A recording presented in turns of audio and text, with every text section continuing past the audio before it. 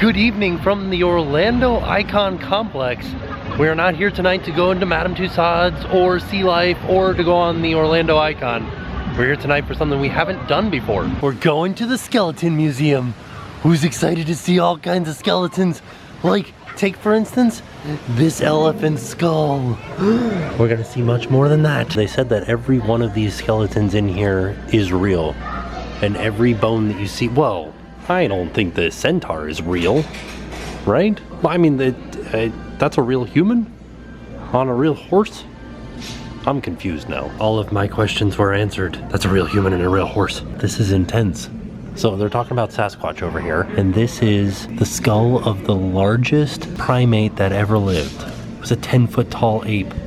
And I believe that the only thing that's real on it is this lower jaw section. The rest has been recreated. So this is the museum back here behind me. But on the way in, they said, what's your favorite animal that you're hoping to see? And I was like, oh, well. And the person that sold me the ticket said her favorite was the humans. And then she said that most of the skeletons that they have that are human are children. It's frightening, right? I really don't know where to go, but I am drawn by this large display here that says see live flesh-eating beetles. So there they are.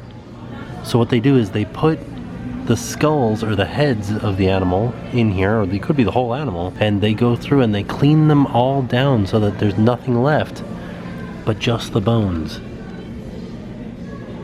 Wow, that's real gross. I'm kind of blown away. There are two different kinds of bugs in there. Whoa, camera doesn't like the bugs. They're not, those are just the larvae compared to the adult. So those are all the same kind of bug, but they're just different stages of development. Okay, let's play this game. Cat, which one's a cat? This one? Dog? Ooh, I'm thinking that one. This is getting a little bit harder than I thought it was gonna be. Oh, because they put like foxes and stuff in here? Fun thing is they have the answers on the bottom. So there it is. This one is a white-tailed deer. I'm holding the white-tailed deer skull right now. They have an alligator skull that you can put your head inside of and take a photo op like this kid right here.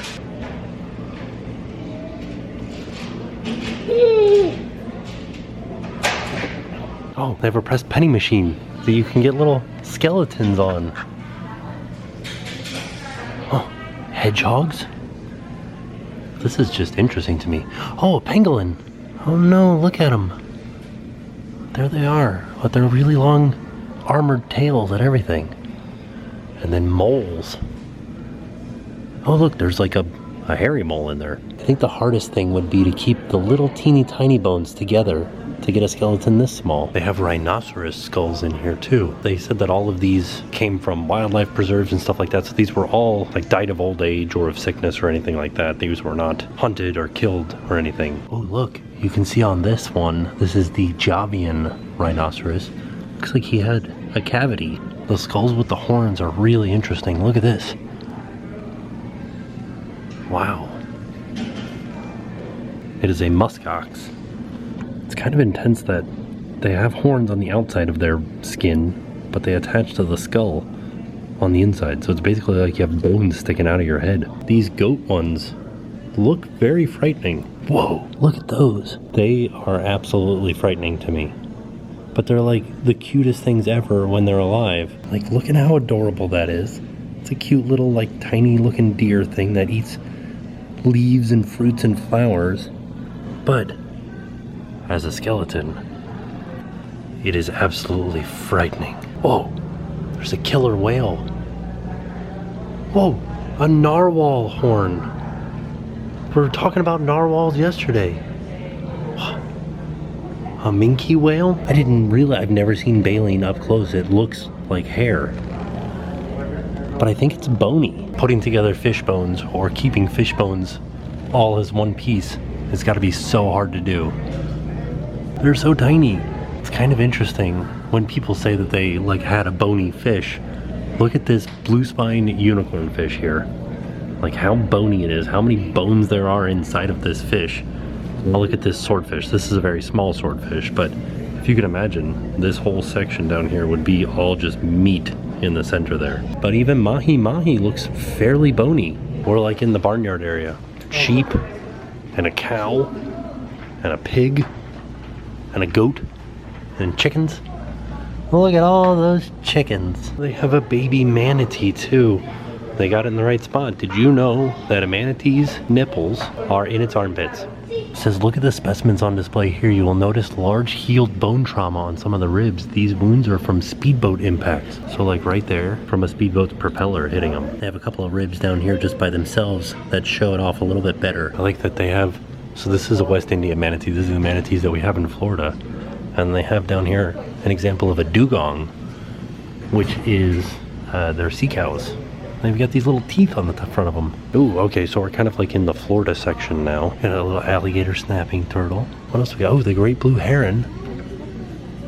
An eastern tiger salamander. I like that they have them on display like this. Like the blue heron is eating the salamander. And then we get over here. Look at this alligator skeleton.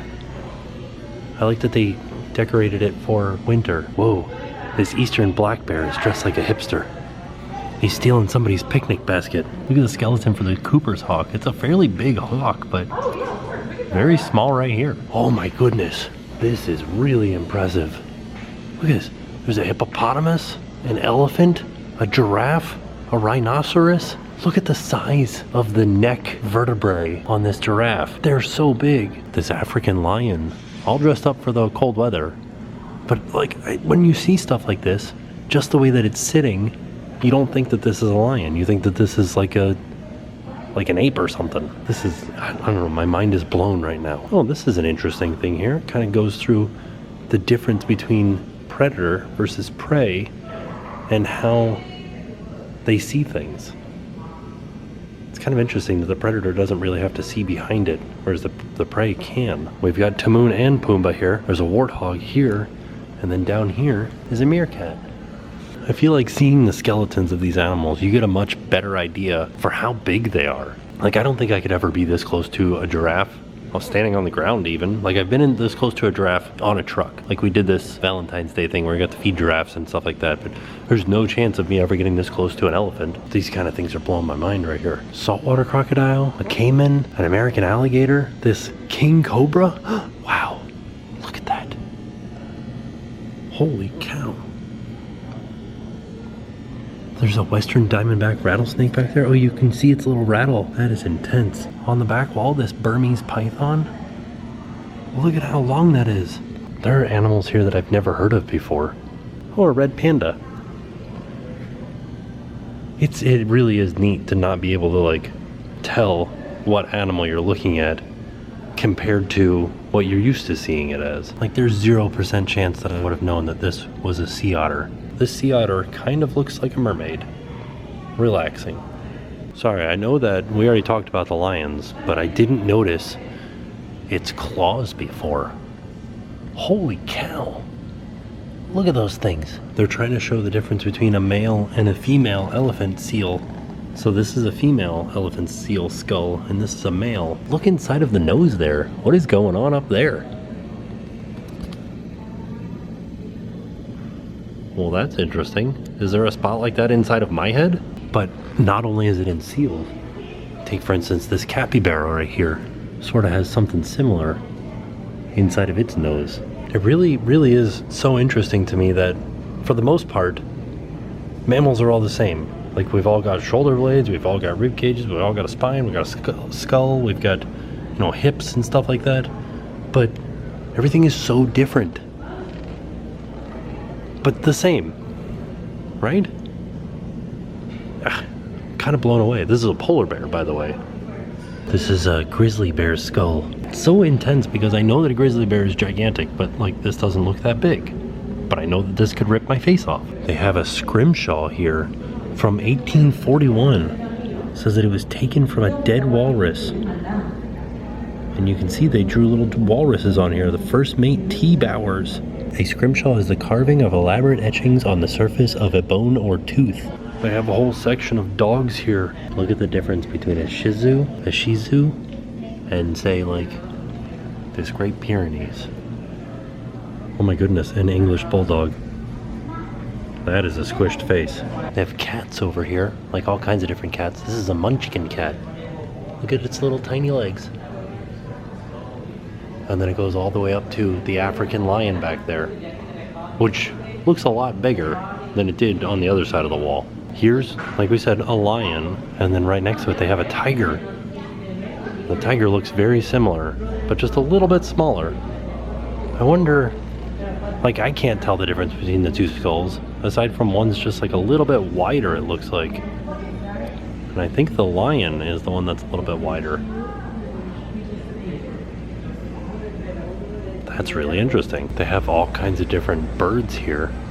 What is this? Elephant bird egg. It is huge. They have a skull from the elephant bird. Oh, so an elephant bird is extinct, so you won't find an elephant bird anymore. So I wonder if the elephant bird was bigger than the ostrich. This ostrich is gigantic. Also really interesting to see how similar some of these things look like to dinosaurs. Like, take for instance this cassowary. That's a dinosaur, right? There is no doubt in my mind that dinosaurs were gigantic birds. Oh, look at that toucan. It really is interesting that, like, even, remember how we were talking about the horns? Birds' beaks are just incorporated into their skulls. Like, this swan looks like a brontosaurus, or a brachiosaurus, whatever you want to call it. Doesn't it? Well, there you go. Is that a horse? That is gigantic. What is this thing? It is so big. It's a camel hybrid. What? So apparently they just crossed two different kinds of camels, and this one only has one hump, and it is larger and stronger than its parents. Look at this platypus skeleton. Isn't that like the symbol of a video game right there? They have a zebra skull right next to a horse skull, like a domestic horse skull. They look very similar. Oh, we've come across our first human skeleton. This is one with a physical deformity that many people call hunchback.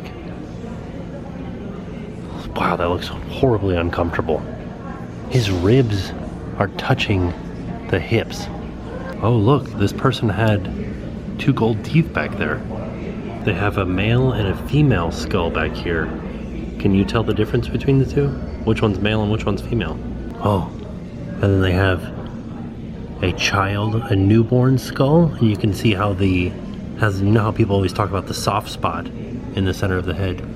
30 weeks, 2 to 4 years old, 6 to 9, 14 to 16. Wow, and then there's all these different surgeries, like where they fuse the bones together.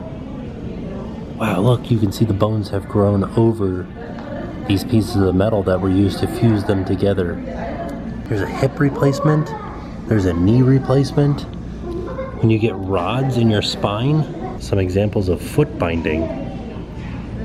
Holy cow. Okay, this is really neat. So if you've ever broken a bone, they have a bone that wasn't broken next to one that was healed after being broken. I got real confused because they said that this is Jay Villamaret's skull, and he's the founder of the skeletons exhibit here, but he's not dead. So he did a CT scan and then had his skull recreated. So now he knows what his skull looks like. So comparatively between these bones that are humans that were healed compared to, say, like a llama that does not have the ability to seek medical treatment, this is what its bone looks like after it's been broken and healed back together without any medical treatment. You can see how different it was, and this is a dog bone that they set with a metal strap. I don't know what you call, do you call that a strap? Oh, they have a human riding a horse. This is pretty neat looking actually. Oh, there's a human in yoga pose. They also have hanging from the ceiling this Orca skeleton. This thing is huge. And also it's really impressive to see how thick and wide its vertebrae are. Here's a front view of this orca. Oh, here it is. All of these skeletons are actual animals that lived in zoos and animal rescues that were donated upon their deaths. In the gift shop, they have this sea whale, S-E-I. I've never heard of this. This is a massive, massive skull. Well, now that place was actually really interesting to me. I really enjoyed myself. I'm glad that I went. I've passed by there so many times and just kind of thought like, oh, I don't know, it kind of looks small. It was actually really big. There are a lot of skeletons in there, and they were all really interesting to see.